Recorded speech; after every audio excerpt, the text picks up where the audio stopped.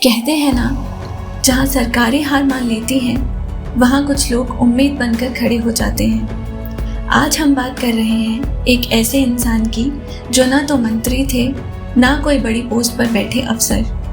फिर भी उन्होंने वो कर दिखाया जो पूरी सरकारें सालों से नहीं कर पाई। उनका नाम है श्री चेवांग नोरफेल।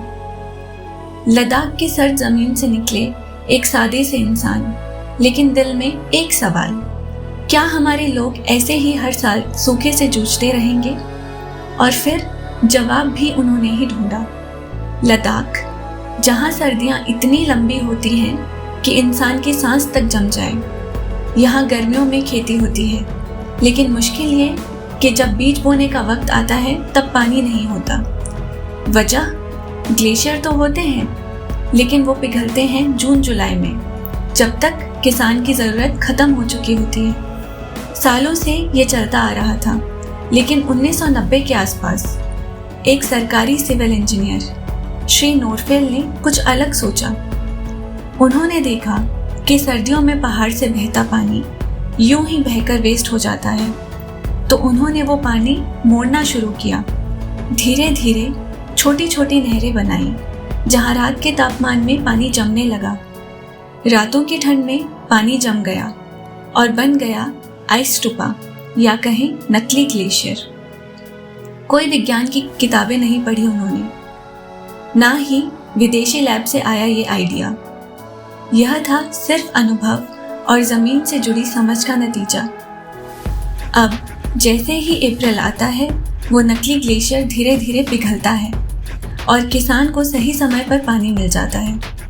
फसलें उगती हैं, खेतों में हरियाली लौटती है और गांव में भूख नहीं, उम्मीद पलती है। एक आदमी जिसने कभी प्रचार नहीं मांगा, ना किसी मंच पर खड़े होकर भाषण दिया, बस अपने हुनर से लद्दाख की जिंदगी बदल दी। सरकारों ने भी उनकी मेहनत को पहचाना और उन्हें मिला पद्मश्री सम्मान। लेकिन नोरफेल कहते हैं, सबसे बड़ा पुरस्कार वो है जब एक किसान मुस्कुरा कर कहता है, अब हमारी ज़मीन जिंदा है। चेवांग नोरफेल ने सिर्फ नकली ग्लेशियर नहीं बनाए, उन्होंने उम्मीदों की नहरें खोदी। भूख से जूझते गांव को जीवन दिया।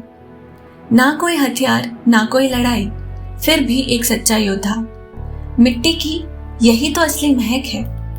अगर आपको भी लगा कि असली बदलाव बोलकर नहीं, करके दिखाया जाता है, तो इस वीडियो को शेयर ज़रूर करें, क्योंकि नायक सिर्फ बड़े शहरों में नहीं होते, कई बार वो बर्फीले गांव में चुपचाप इतिहास लिख रहे होते हैं। इस कहानी को सुनने के लिए आपका दिल से धन्यवाद। आप सुन रहे थे मिट्टी की महक, वो कहानियाँ जो हमारी मिट्टी से जन्मी हैं, जो हमें जोड़ती हैं अपने इतिहास, अपने मूल और अपनी आत्मा से।